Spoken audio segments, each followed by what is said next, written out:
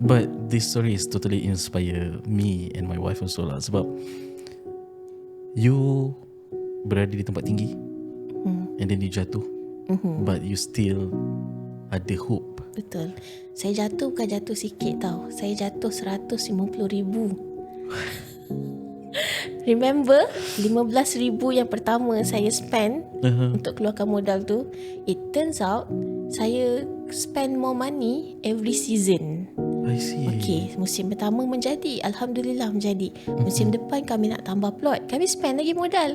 Modal bila last kali, lepas tu musim kelima kita dah start down, kita dah tak ada profit. So saya nak maintain benda lah tu adalah kami kena keluarkan modal lagi. Kita nak maintain kita punya living cost. Betul. Kita ada banyak benda kita nak bayar, kita ada banyak benda yang kita kena sara. Maksudnya kita punya sewa rumah, kita punya sewa tapak tanah, kita punya macam-macam sajalah. Even baja masa tu mahal, racun, kita punya benih semua, kita semua kena kesapak, kita kena fikir benda tu. Dan satu musim 3 hingga 4 bulan, dan kami kena survive masa tu 3 musim tak ada hasil. Basically setahun. So during setahun tu banyak lagi duit yang kita kena keluar. Dan sedar-sedar masa saya tarik handbrake pada musim ke-7 tu, kita dah spend 150,000 masa tu.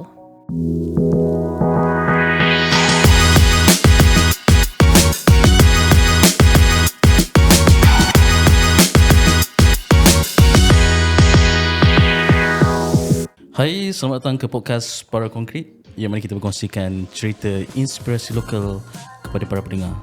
So basically hari ni kita ada special guest. She's very unique sebab kita stalk dia dulu.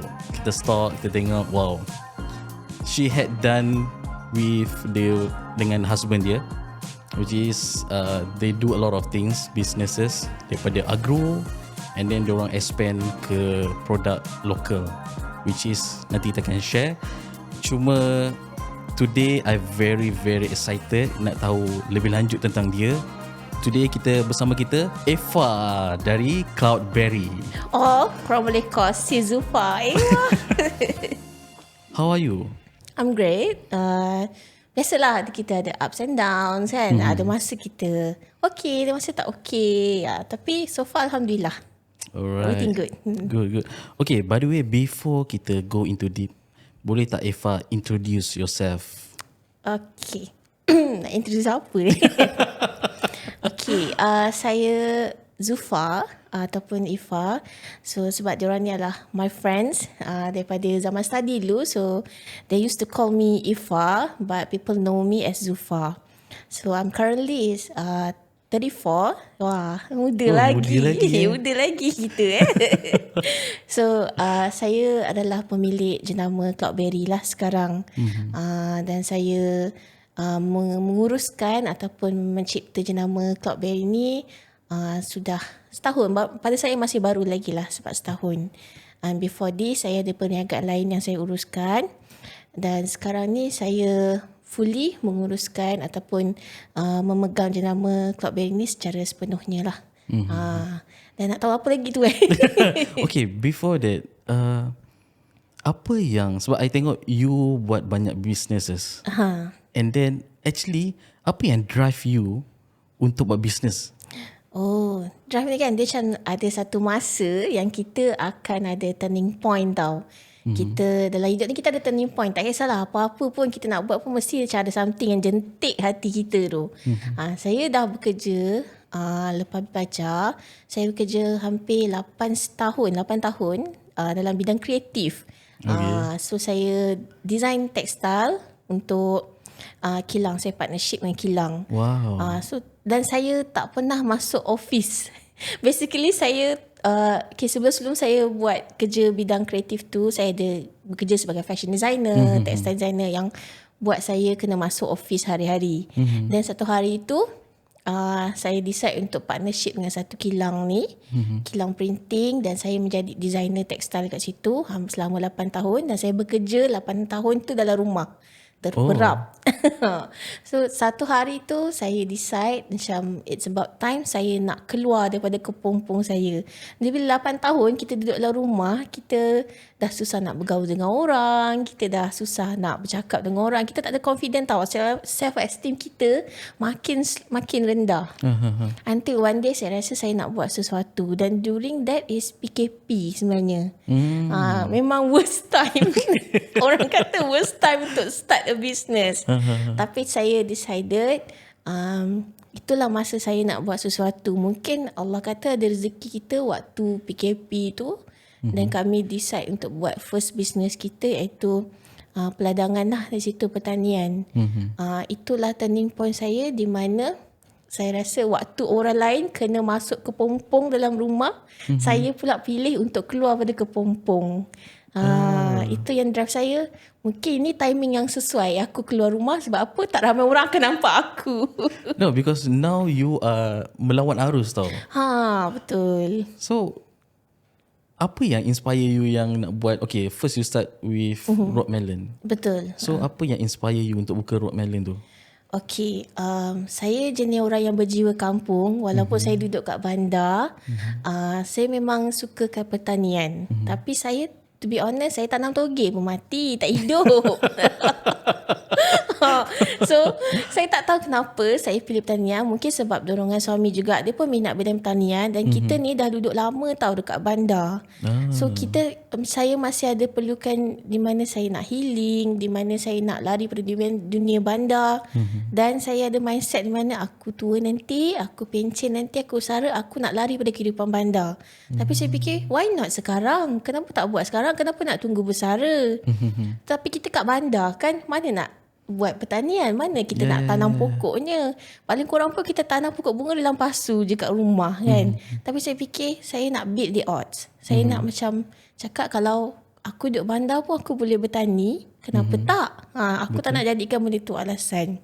So benda tu lah yang sebenarnya inspire saya. Saya target mindset saya, aku nak bersara sebelum waktu yang sepatutnya. So kita mulakan pertanian tu just sebab kita nak healing, kita nak rasai kehidupan bersara di waktu muda. So you think ahead to planning for your Tapi of course kadang-kadang benda tu bukannya decision yang tepat, tapi kita rasa tepat at that point, at that time. Wow. So basically you dengan husband memang discuss together, Yes, or you kita discuss. inspired? Pertanian tu memang basically kita sama-sama. So dia memang dia pun minat pertanian, dan dia datang daripada keluarga yang pertanian juga. Saya pula memang tak ada langsung pertanian. Saya punya pengalaman is tanam toge je. Tapi kita macam ada orang yang support kita lah. Kita tahu kita ada orang yang sama-sama buat keputusan dengan kita. So by the way, terlupa shout out to Hayat, which is husband kepada Eva. Actually kita memang harap dia datang lah, tapi dia ada kerja kan. Okay, so you start dengan agro, and basically bila kita nak start business, kita perlukan modal. Betul. So how you started the business? And Oh, ini mendalam sikit kan. Wow. Tapi basically kan saya nak beritahu, saya started the business in agro without anyone tahu. Even my family pun tak tahu tau. Yang tahu hanyalah kami berdua saja. Even masa kami pergi kursus pertanian pun tak ada siapa-siapa tahu. Dan saya hanya beritahu bila saya dah buka ladang tu. tak ada orang tahu. Basically my mom pun tak tahu. Okay. Kita decide tak nak bagi tahu kat orang sebab kita tak nak dengar naysayers tu. Kita tak nak dengar orang cakap, oh kau tak boleh, kau tak ada pengalaman, kau tak ni semua. Yeah, true. Saya anggap benda tu semua experience tau. So macam you never know once you do it. You jatuh ke, you bangun ke, bisnes tu jadi ke tak jadi ke, only you akan tahu dengan membuat dia. True. Kadang-kadang tak jadi dekat orang lain, tak semestinya tak jadi kat kita. Ataupun kadang-kadang jadi kat orang lain, tak semestinya akan jadi juga kat kita. Betul. Lepas tu kita memang dah ada modal masa tu dengan based on sebelum ni kita bekerja, kita kumpul sikit-sikit menabung. Itulah hikmahnya bekerja 8 tahun kat rumah di mana kita tak perlu bayar tol minyak untuk keluar rumah. Kita banyak saving daripada kita spend. So kami together lah sama-sama mengumpul modal di situ dan kami mulakan dengan, saya ingat lagi, okay nak disclose lah benda lah ni kan. Saya mulakan dengan pertama modal kami adalah RM15,000. Wow. RM5,000. Memang sakit sebenarnya tau nak kumpul, duit bukannya mudah kan. Saya pun faham. Dan kami memang totally nak kata benda ni yang orang lain patut ikut pun tak juga, sebab dia masing-masing punya cara, masing-masing punya pengalaman, dan kami pun tahu ada benda-benda silap yang kami tak patut buat masa tu. Tapi masa tu yang saya boleh cakap adalah kita spend RM15,000 untuk buka kita punya first plot kebun. So kami kumpul dengan menggunakan saving kami lah, saving kami bekerja. Lepas tu kami gunakanlah modal tu, and nak kata masa tu adalah amount yang tepat untuk kami keluarkan pun tak juga, sebab during PKP most of the things banyak susah nak dapat tau, dan barang-barang jadi mahal tau masa tu, especially barang-barang yang membabitkan construction. Sebab kami nak buka kebun, kami akan buat greenhouse, dan greenhouse tu menggunakan peralatan construction ataupun barang-barang material construction seperti besi. Masa tu PKP besi jadi mahal. Besi, kayu pancang apa sahaja, buluh semua akan jadi mahal. So sepatutnya mungkin masa tu modal kami boleh dikecilkan lagi, tapi kami kena spend lebih. Mungkin not a very good decision lah. Betul lah, not a very good decision to start a business during PKP. Tapi it's somehow how you manage it. Macam gitu. So siapa yang build everything? Adakah you hire orang atau my husband. Wow. Sebab kami, to be honest, untuk start business, for me a bit lah, not sure for everyone else. Tapi for me untuk start a business macam pertanian ni, RM15,000 consider business modal yang kecil sebenarnya. So kami tak ada modal yang lebih lagi untuk pergi lebih jauh lagi. Kami bermula secara everything semua buat sendiri, DIY semua sendiri. Wow, okay. And I'm thankful for my husband sebab dia very hands-on man. Dia suka buat semua sendiri, plus kita pun puas hati. Tapi itulah, daripada sebabkan kita buat semua sendiri, of course kita akan buat mistake. Tapi daripada situlah kita belajar. Betul. Dan lepas kami buka plot pertama, iaitu 1,000 polybag masa tu, kami tambah lagi plot di musim akan datang. Tambah lagi. Lepas tu at that point kita ada 2,500 polybag masa tu. So 2,500 tu handle by you? Kami berdua sahaja, tak ada pekerja. Basically memang orang kebun punya muka lah masa tu. Memang betul-betul memang bermain hujan dengan panas. So saya literally dapat merasa pengalaman macam di mana macam kita bersara, kita pencen tak ada buat apa, kita cuma tanam-tanam pokok. Macam gitulah life dia. Memang saya dapat rasa life kekampungan tu. Saya duduk dan sambil-sambil tu nampak ayam itik lalu kan. Macam gitulah. Wow, what the inspired story lah. Sebab you guys buat berdua from beginning sampai execution. Yes, everything sampai ke greenhouse, menanam. Memang kami tak ada pekerja. Kita ambil pekerja part time, tapi part time je lah yang datang sehari dua. Lepas tu dah balik. Lepas tu selebihnya kami juga tetap kena buat semua sendiri. By the way, you guys belajar cara handling everything kat YouTube ke macam mana? Itulah orang kata sekarang dunia di hujung jari kan. Basically macam tu. Kami ada masuk kursus tau. Kami ada masuk kursus pertanian. Tapi kursus tu ialah kursus teori kan. Bukannya kursus pun bukannya lama 3-4 bulan. Tak, kursusnya pun 1-2 hari saja. Bayangkan kita nak buat semua benda yang kita belajar dalam 1-2 hari. So benda tu pula tak semestinya masuk sepenuhnya kat kita. Betul, kan dengan tak ada pengalaman. Memang YouTube, Google memang banyak membantulah. Wow. Dan yang kelakarnya saya background kreatif. Suami saya background hospital. Dia kerja kat hospital, so dia bahagian medik lah. So kat situ kami dua-dua tak ada pengalaman, tak ada apa-apa background pertanian kat diri. Yang ada adalah family. Macam family mertua saya memang datang daripada pertanian. Tetapi kami tak beritahu pun yang kami buat pertanian ni. So basically kami tak dapat khidmat sesiapa. Memang suka hati je. Wow. So you just rely on masuk kursus sehari and then Google, YouTube, everything. Itu orang panggil darah muda tau. Sebab dia macam bila eager nak buat sangat, aku dah tak peduli. Yeah, but yeah, you really like, I mean like very brave enough to execute everything by you two guys. Brave ya. Brave and stupid maybe. No lah. But you macam ada mindset which is Yes. whatever, kita langgar dulu and then see the result. Yes. And then any kind of flaws ke apa, kita improve. Saya perasan kan, aku nak menyelit juga pasal diri aku kan. Saya perasan pasal diri saya adalah saya ada satu macam habit ataupun macam orang kata kita punya perangai di mana saya rasa saya dicipta, dilahirkan ataupun saya ada satu perangai ni yang boleh jadi benda tu kebaikan ataupun keburukan. Di mana kalau saya nak buat satu, saya kena make it happen fast. Saya tak nak dengar naysayers ataupun bila orang kata no kat saya tetap kena buat. Selagi tak buat, tak boleh tidur malam. Okay. So selagi saya tak buka kebun tu masa tu, saya keep terbayang-bayang. Dalam nak tidur terbayang, bila aku nak buka kebun, bila aku nak make it happen, bila aku nak pergi kursus. Tak boleh selagi tak buat.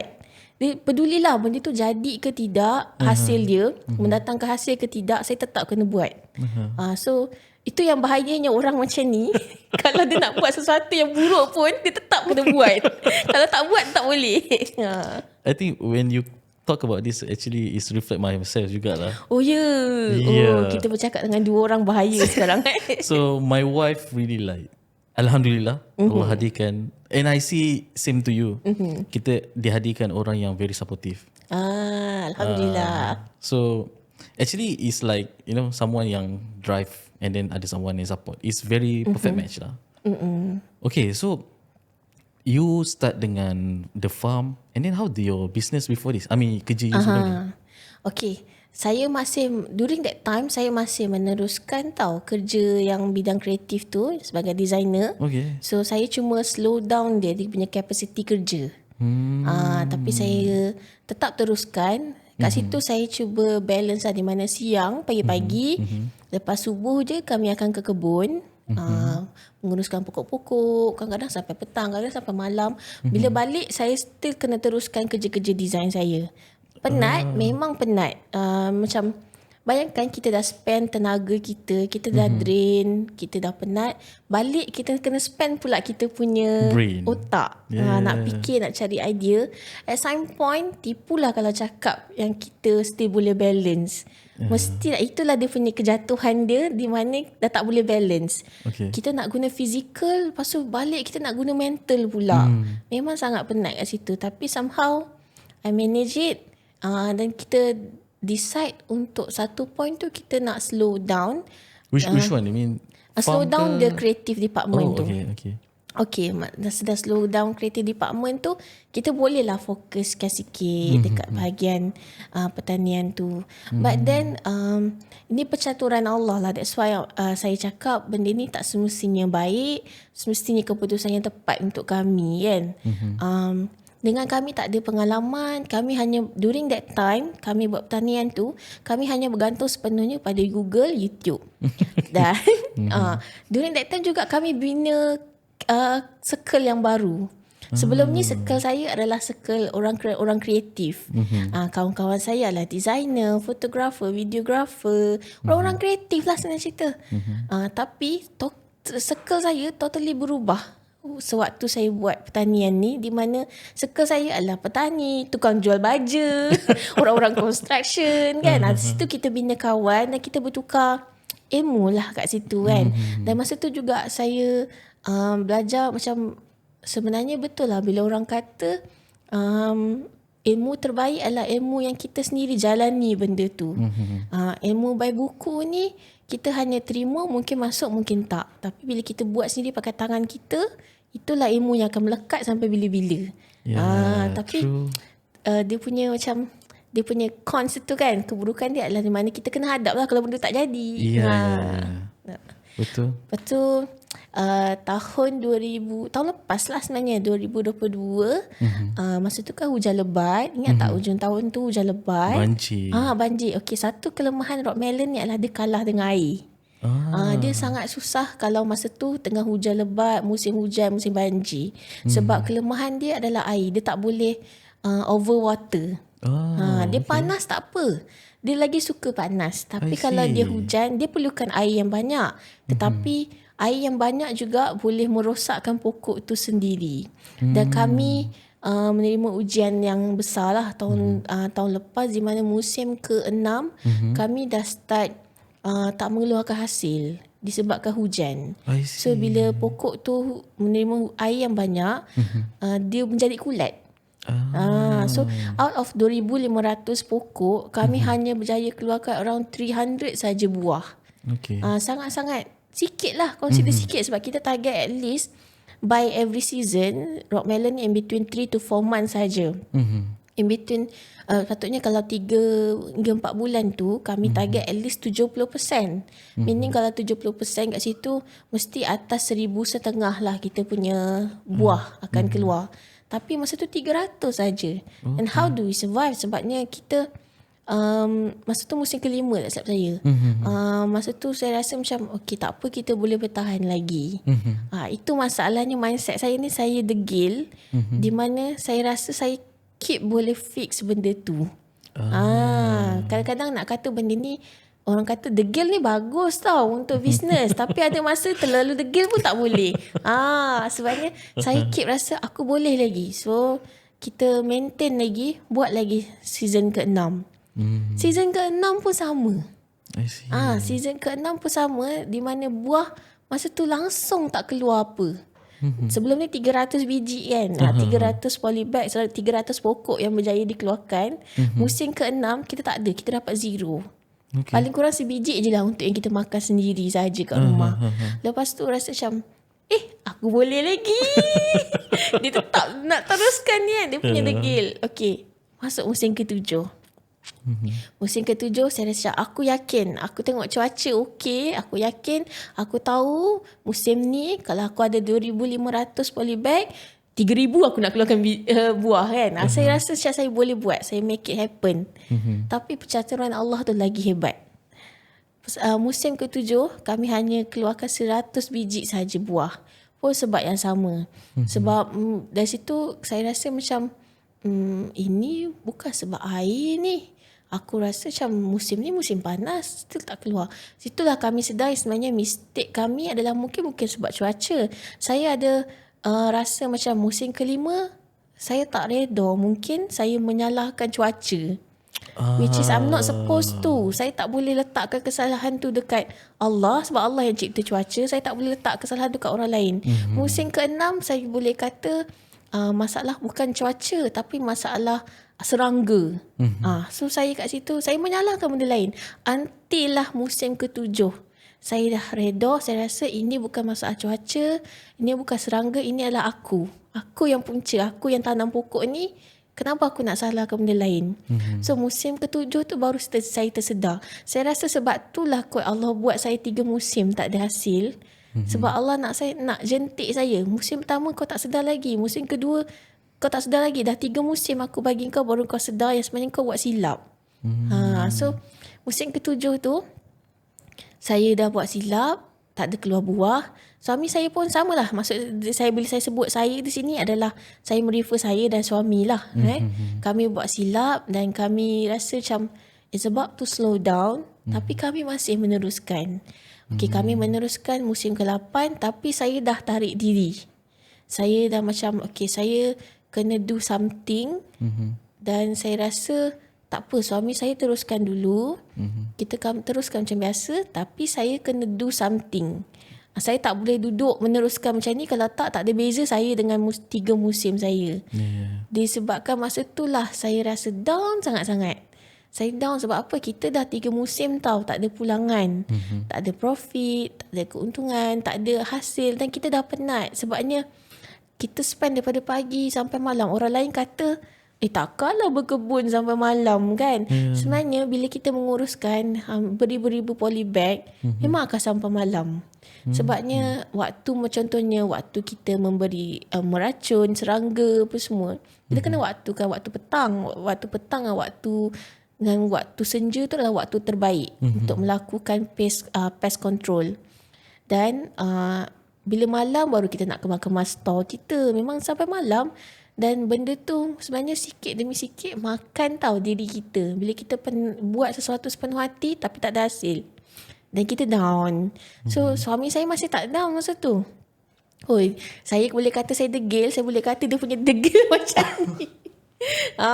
So dia masih meneruskan macam biasa. Saya cakap okey tak apalah, biar dia teruskan. Dia buat dulu apa dia nak. Tapi saya memang dah give up. Saya jenis orang yang macam saya nak buat sesuatu, saya buat. Dan saya juga orang yang mudah give up.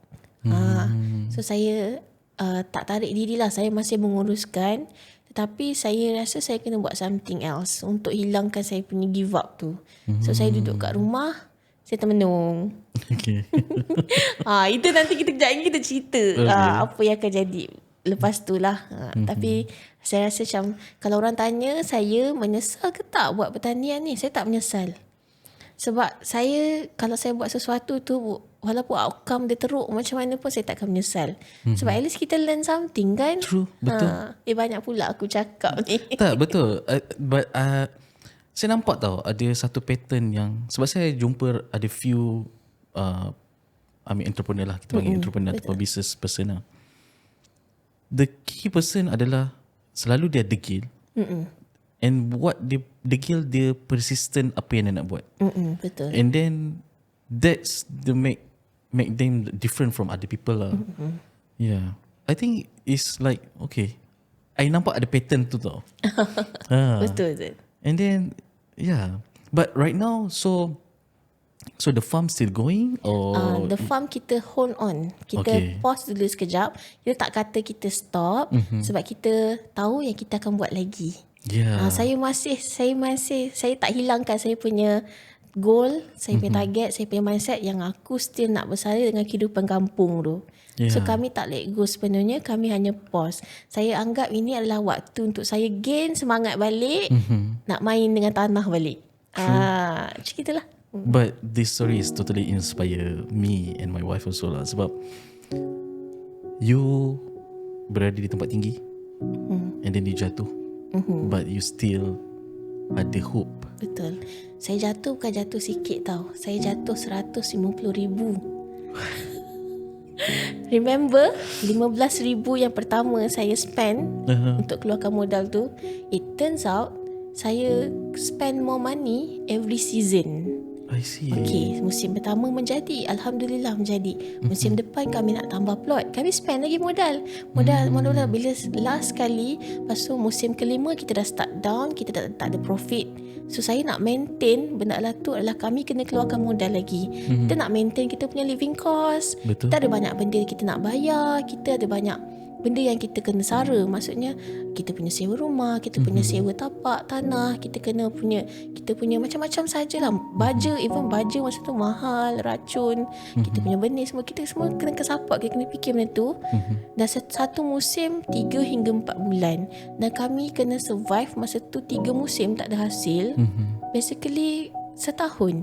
So during setahun tu banyak lagi duit yang kita kena keluar. Dan sedar-sedar masa saya tarik handbrake pada musim ke-7 tu, kita dah spend 150,000 masa tu. Wow. But Yes. I believe whatever is happen, kejayaan tu bukan one night punya proses lah. Betul. Yeah. And I believe you guys will come back. Yeah. Yes. Just it's matter of time lah. InsyaAllah. Saya pun tak give up lagi. Saya still nak buat. Sebab saya suka benda tu, pertanian tu. Dan saya suka tanam rock melon tu. Dia macam kita ada banyak masalah tau. Masalah dengan kewangan lah, especially sebab profit kan, membabitkan duit, membagikan figures. Tetapi saya pergi kerja tu saya enjoy. Yeah. Sebab kita bercakap dengan pokok. Yeah, you doing your passion, right? 8 tahun saya bekerja kat rumah dan saya decide nak keluar. Saya tak bercakap dengan orang, rupanya saya bercakap dengan pokok. Macam what a decision, guys. Can you share what the most, like kenangan manis lah bila you jual the first rock melon to your first customer lah? I remember, okay, the first time, orang kata kan, kalau macam kita nak tanam apa-apa ke, nak buat sesuatu, kita mesti akan buat small scale dulu tau. But my keputusan yang bodoh adalah adalah membuat tu tanpa macam orang kata prototype dulu. Test dulu. Orang kata test tanam dulu kan. Tak. Saya punya test tanam adalah during my first season. Itulah saya rasa kesilapan terbesar lah orang kata kan. Tapi tak apalah, benda dah lepas. Kita ambil pengajaran. So during the first season tu kami tanam 1,000 pokok. 1,000 polybag. Dan kami berjaya dibungakan sendirilah dengan tangan. Dan ada yang kami minta, yang kami dapat bantuan daripada Allah, di mana ada lebah yang datang dibungakan. Dan the first buah yang kami nampak tumbuh masa tu, saya menangis. Saya cakap macam, kami nak set up kebun tu, bukannya hari ni kami buat, esok kami dah start tanam pokok tau. Kami ambil masa 1.5 bulan untuk set up. Wow. Sebab nak kena bertukang, nak buat greenhouse, nak masukkan tanah dalam polybag, nak semai apa semua. Makan pumpang 2 bulan. Dah penghujung bulan kedua tu barulah start semai. Lepas tu 1.5 bulan lepas tu barulah start keluar buah pertama. So basically masa tu dah 3 bulan setengah. Kami berhempas pulas pagi malam petang semua. Dah bermain hujan, dah bermain dengan panas semua. Masa tu kulit muka pun dah bertukar daripada tona cerah kepada tona gelap sikit kan. Tapi cantik, masih cantik tan. Dan kita nampak buah pertama. Masa tu saya menangis tau. Saya cakap saya tak sangka 3 bulan setengah punya hasil saya berjaya nampak buah pertama. Masa tu tak jual lagi, buah pun masih kecil lagi. Tak dapat merasa lagi buah pertama. Tapi saya dah nangis sebab saya cakap, inilah hasil kuasa Allah bagi kat saya. Mungkin aku tak tahu aku dapat rasa ke tak buah ni, tapi aku tahu aku nampak benda depan mata. Pun dah cukup happy dah masa tu. Rasa macam wah, tetap nak teruskan. Lepas tu Alhamdulillah musim pertama kita punya hasil banyak. Daripada 1,000 pokok tu kami berjaya lah keluarkan lebih kurang 800 Wow. biji ataupun lebih kurang masa tu berapa tan saya tak sure, tapi lebih kurang ke 3 ke 4 tan buah lah. Dan masa tu lah kami reveal, pertama kali ni kami reveal kat kawan-kawan. Jemputlah datang ke kebun kami kerana kami dah buka ladang rock melon. So kawan-kawan macam, kau ni kenapa daripada mana tiba-tiba buka kebun kan, tiba-tiba tanam rock melon, bukan ke kau ni still designer kan. Tapi situlah surprise dia. Dan masa tu kan bila kita tengok, masa tu juga saya reveal dekat family. Dan first time saya tengok family saya makan air tangan yang orang kata air tangan masak kat dapur kan. Ni air tangan saya punya dah masa tu, masa nak tuai tu lebih kurang 7 bulan lah. Kita berempas pulas kat kebun sampai tempoh kita dapat buah tu. Tuaian pertama tu lebih kurang 7 bulan. Daripada start kita masuk kursus tu. Bila kita tengok mak sendiri yang makan buah pertama kita hasilkan, saya tak tahu nak cakap. Saya nak nangis pun dah tak keluar suara dah masa tu. Memang tak keluar air mata sebab kita terlalu happy. Kita dapat tengok orang makan hasil yang kita sediakan selama 7 bulan. Wow. Dia macam masak kat dapur 7 minit je. Tapi ni kita nak bagi orang makan 7 bulan. Macam gitulah perasaan dia, macam betul ke aku berjaya hasilkan 7 bulan ni untuk tengok mak aku makan. Okay. So your first sangat-sangat. Your first customer is not customer lah. The first people yang rasa buah itu is your family. Yes, family. Wow. Sebab kita bagi dekat family dulu lah. Dan mak saya beli buah. mak, of course lah, kita mak dengan family takkan kita berkira. Tapi Betul. mak saya nak support saya. Alhamdulillah saya dapat family yang supportive. Bukan daripada family saya je, family mertua saya pun supportive, di mana mereka tahu saya berniaga. So nak support, mereka membeli buah pada saya. Of course lah, saya akan bagi juga. Tapi diorang support saya dengan membeli, support kami berdua dengan membeli. Dan kita dapat tengok lah mereka makan depan mata kan. Macam manis ke tak manis ke, kita dah tak fikir. Tak sedap ke sedap, dah tak fikir. Kita nampak hasil mereka makan pun dah cukup. Tapi rezeki Allah masa tu, masa yang pertama Allah hasilkan buah yang cantik-cantik untuk kami tau. Rasa macam wah, terharu. Until story tu ke bawah kan. Start musim seterusnya kita dah mula nampak lah dugaan. Tapi bila every time setiap musim kita berjaya keluar hasil, orang makan, orang cakap Alhamdulillah sedap, kita bukan fikir sedap ke tak sedap tau. Kita fikir sebab kita berjaya bagi orang makan tu pun dah satu rahmat pada kita. Betul. Dah. Kita tahu Allah memberkati kita kat situ. But when I see your packaging kan, very premium. Itu yang tu kami tanam melon Jepun. Oh, okay. So kami basically mengikut cara penanaman sampailah ke cara packaging. Last pun kami ikut dengan cara Jepun. Cara Jepun tanam. Yes. So basically how many types of rock melon? Orang tak tahu tau kat sini. Sebenarnya orang ingat rock melon ni satu variety je, satu jenis je. Betul. Sebenarnya dia ada beratus-ratus variety dalam dunia. Dan yang kita tahu satu je rock melon. Basically melon ni adalah satu keluarga yang sangat besar. Dia ada variety yang banyak, yang beratus-ratus dalam dunia. Tetapi yang Malaysia biasa tanam ni tak banyak pun, 10 hingga 20 jenis saja. So yang kami baru masuk adalah variety yang sangat susah nak dapati dalam Malaysia. Sebab kita nak bagi orang dapat merasa. Of course yang that one tu harga dia premium sikit lah berbanding yang biasa macam kita kat pasaran kita nampak rock melon kan. Tapi kami setakat ni daripada start musim 1 sampai ke musim 7 tu lah, 7 yang sampai kami start pause tu, kami dah tanam lebih kurang 23 ke 24 variety. Wow. Banyak. Ada satu season tu, pernah one time satu season tu kami tanam sampai 13 variety. Oh my god. Ini benda yang interesting tau. Sebab apa? Masa kami masuk kursus, kursus tu beritahu kami bahawa you cannot tanam variety yang berbeza bersebelahan pokok. And sebagai orang yang sangat degil, saya bertanya, saya mempertikaikan, kenapa tak boleh tanam variety sebelah-sebelah? Apa beza dia? Okey, sebab saya diberi jawapan oleh facilitator saya masa tu, di mana dia jawab macam ni. Dia kata tak boleh. Okay, saya nak tahulah kenapa. Tak boleh. Dia jawab gitu, tak boleh. Ya, saya jenis orang rasional tau. Kalau saya nak tahu tak boleh, saya nak tahu kenapa. Aku tak boleh terima jawapan tak boleh je. Itulah kedegilan dia. So last kali dia jawab juga. Saya tak tahu kenapa dua kali pertama tu saya tanya dia tak jawab. Dia kata tak boleh sebab takut pokok sebelah tu terkahwin. Dia terkahwin pokok sama pokok sebelah, kita dah tak dapat variety yang kita nak. Lepas tu saya cakap, saya kata tak apalah, kalau benda tu boleh mendatangkan hasil yang lebih cantik, buah yang lebih cantik, manis ke, why not? Lepas tu dia kata, tapi kita nak variety yang kita tanam. Bila kita dah dikahwinkan pokok tu, mungkin tak dapat variety kita. Saya cakap okay, logik lah. Tapi saya cakap, dalam hati saya mindset saya, aku tetap nak cuba. Okay, so satu musim tu kami tanam 13 variety sebelah-sebelah. Okay. Macam dalam satu baris tu saya buat 13 variety terus. Sebab saya macam mungkin betul apa dia cakap, tapi selagi aku tak nampak depan mata, aku akan buat. And turns out sebenarnya tak ada masalah pun. Sebab tu saya cakap kita buat dulu, jadi tak jadi belakang kira. Mungkin tak jadi ke orang lain, tapi jadi kat kita.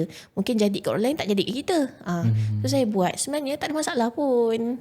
So start pada tu lah kami rasa macam tak perlu pun tanam satu plot tu satu jenis. So start pada tu lah kami teruskan sampai musim ke-7 tu pun kami masih tanam banyak variety dalam satu plot. Macam itulah. So basically you distribute your punya buah dekat mana? I mean like what the apa channel yang kami pilih lah maksudnya. Yeah. Saya menjual sendiri.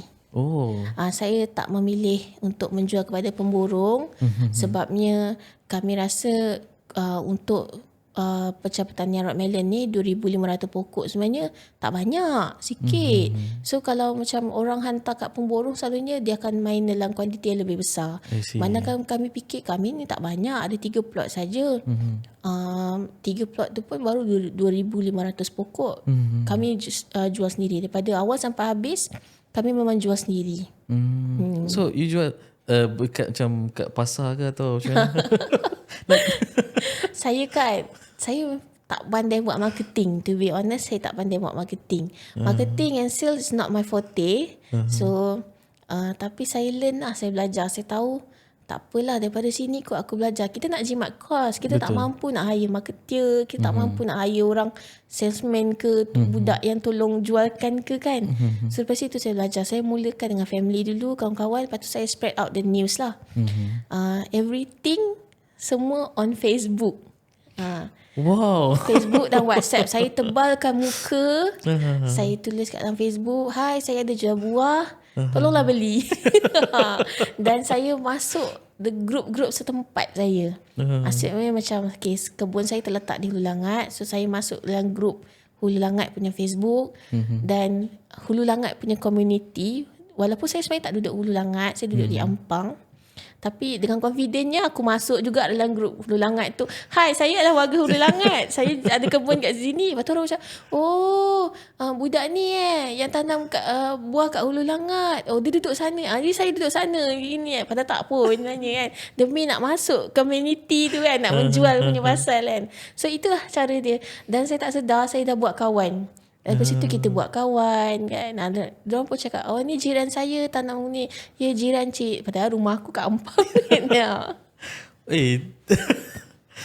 Right now kita faham. Right now everything is digital. But buah pun you guys jual melalui digital. Yes, kita ada website sendiri tau. Wow. Buah pun kita boleh. Sekarang kita boleh post buah, tak ada masalah. Dan kami pun membuat jualan melalui website. Tapi the biggest channel yang kita banyak gain from adalah daripada Facebook lah. Daripada grup-grup Facebook dan juga grup-grup community macam gitu. During PKP kan, everyone tahu nak makan je kat rumah. So itulah sebenarnya kita rasa kadang-kadang kita ni not a good decision. Tapi during PKP adalah waktu di mana orang sentiasa mencari benda untuk dimakan. Wow. Kita pun buat delivery juga tau. Wow. Kami saya collect order dan my husband akan pergi delivery. Dan saya akan stay di kebun untuk melayan tetamu yang datang, melayan untuk tetamu yang nak membeli lah. So basically during harvest pun orang ingat tak banyak kerja. During harvest tu pun banyak kerja. Lagi banyak daripada biasa. Hari biasa tak ada tetamu datang, kita hanya melayan pokok. Tapi during harvest tu kita kena melayan pokok, kita kena melayan tetamu, melayan WhatsApp. Memang banyak sangat kerja. Dari situlah banyak sangat ilmu yang saya belajar. Wow.